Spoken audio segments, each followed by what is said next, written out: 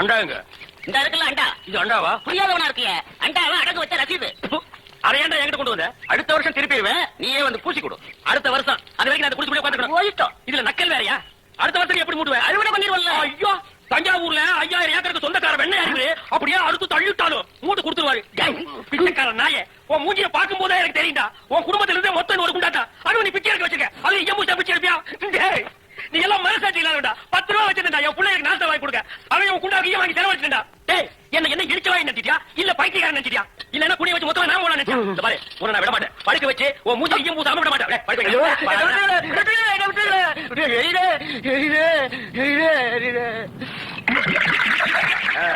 காலங்காத்தால எங்களை பழி வாங்கினீல்ல, ரொம்ப அம்சமா இருக்கிறேன். இப்படியே போ, உன்னை வீட்லயும் சேர்க்க மாட்டாங்க, ஊருக்குள்ளேயும் சேர்க்க மாட்டாங்க. நான் கண்டா விடவே கூடாது. ஓடி போய் சுடுகாட்டுல படுத்துக்க.